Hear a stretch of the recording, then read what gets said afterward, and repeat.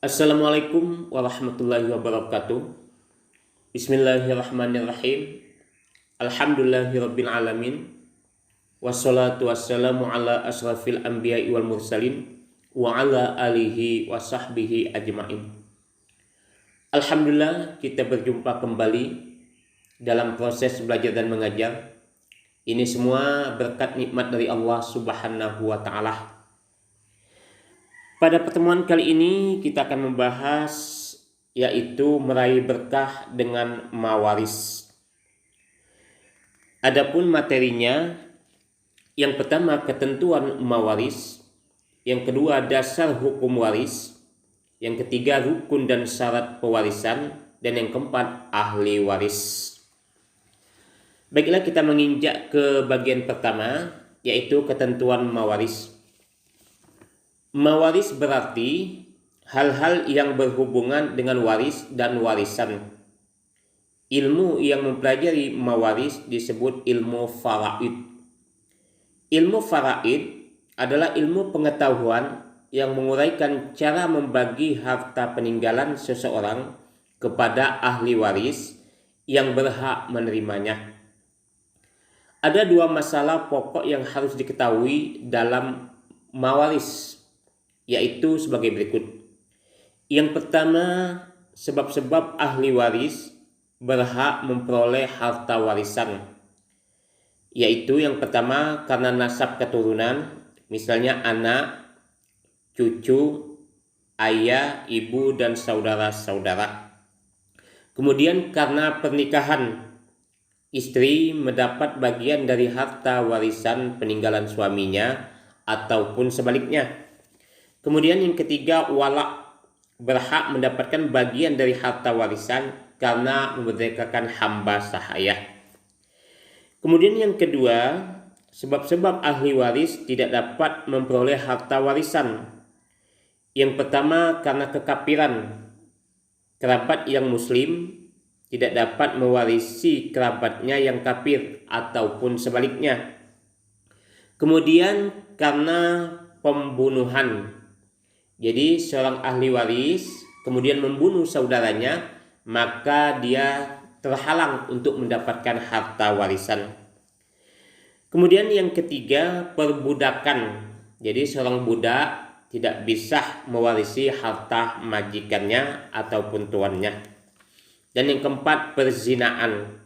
Jadi seorang anak yang terlahir dari hasil perzinaan tidak dapat diwarisi dan mewarisi bapaknya. Dalam artian, seorang anak tidak bisa mewarisi harta bapak biologisnya tadi karena hasil perzinaan. Ataupun sebaliknya, seorang bapak kemudian mempunyai anak hasil perzinaan dan kebetulan anaknya itu orang kaya, ketika meninggal bapaknya tadi tidak bisa mewarisi harta anaknya karena anaknya tadi hasil perzinaan. Kemudian yang kelima, li'an.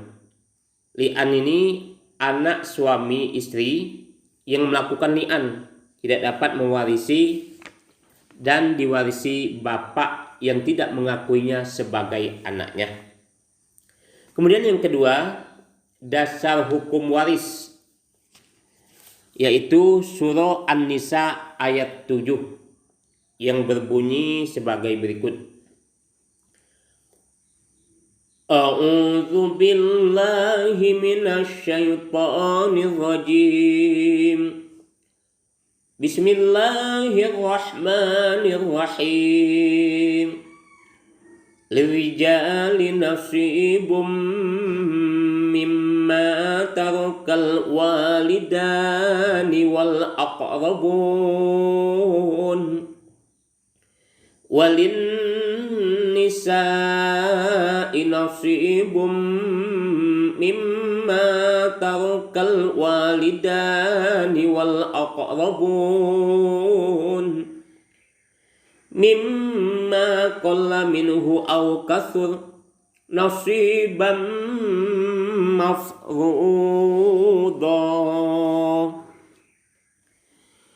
Bagi orang laki-laki ada hak bagian dari harta peninggalan ibu bapak dan kerabatnya Dan bagi orang wanita ada hak bagian pula dari harta peninggalan ibu, bapak, dan kerabatnya, baik sedikit atau banyak, menurut bagian yang telah ditetapkan. An-Nisa ayat 7.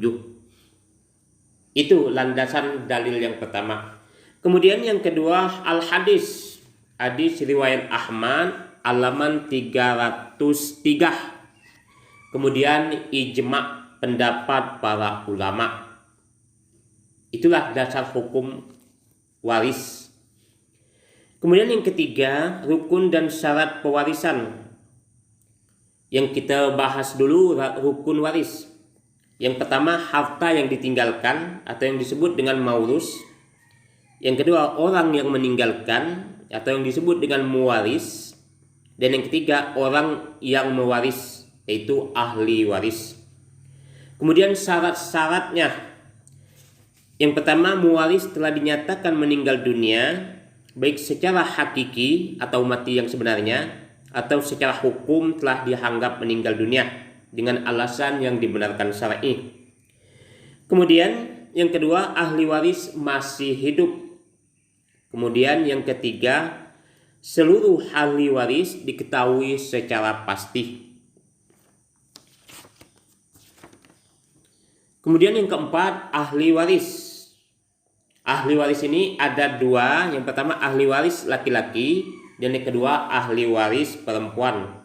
Ahli waris laki-laki itu ada 15 orang. Yang pertama, anak laki-laki. Yang kedua, cucu laki-laki dari anak laki-laki dan terus ke bawah. Yang ketiga, bapak. Yang keempat, kakek dari bapak dan terus ke atas. Yang kelima, saudara laki-laki dan sekandung. Yang keenam, saudara laki-laki sebapak. Yang ketujuh, saudara laki-laki seibu. Yang kedelapan, anak laki-laki saudara laki-laki kandung. Yang kesembilan, anak laki-laki saudara laki-laki sebapak. Yang kesepuluh, paman yang sekandung dengan bapak. Yang kesebelas, paman yang sebapak dengan bapak. 12, anak laki-laki paman yang sekandung dengan bapak. 13, anak laki-laki paman yang sebapak dengan bapak. Yang ke-14, suami. Dan yang ke-15, laki-laki yang memerdekakan si pewaris. Jika semua yang 15 ini ada, maka yang dapat hanya 3. Yang pertama, anak laki-laki. Yang kedua, suami. Dan yang ketiga, bapak. Kemudian yang kedua, ahli waris perempuan. Ahli waris perempuan ini ada 10 orang. Yang pertama, anak perempuan. Yang kedua, cucu perempuan dari anak laki-laki. Yang ketiga, ibu. Yang keempat, nenek dari ibu. Yang kelima, nenek dari bapak. Yang keenam, saudara perempuan kandung. Yang ketujuh, saudara perempuan bapak. Yang kedelapan, saudara perempuan ibu. Yang kesembilan, istri. Dan yang ke-10, wanita yang memerdekakan budak. Jika ke-10 orang ini ada, maka yang dapat hanya 5 orang, yaitu istri, anak perempuan, ibu, cucu perempuan, dan saudara perempuan kandung. Jika kita gabungkan ahli waris laki-laki dan ahli waris perempuan, maka berjumlah 25. Jika semua itu ada, maka yang berhak mendapat warisan hanya 5 orang, yaitu suami atau istri, ibu, bapak, anak laki-laki, dan anak perempuan. Anak-anakku sekalian, pada bagian pertama ini kita cukupkan sampai di sini dulu. Kemudian kita memasuki minggu depan pada bagian yang kedua, yaitu pembagian ahli waris dan cara menghitungnya. Demikianlah, terima kasih atas perhatiannya. Mohon maaf atas segala kekurangan. Wassalamualaikum warahmatullahi wabarakatuh.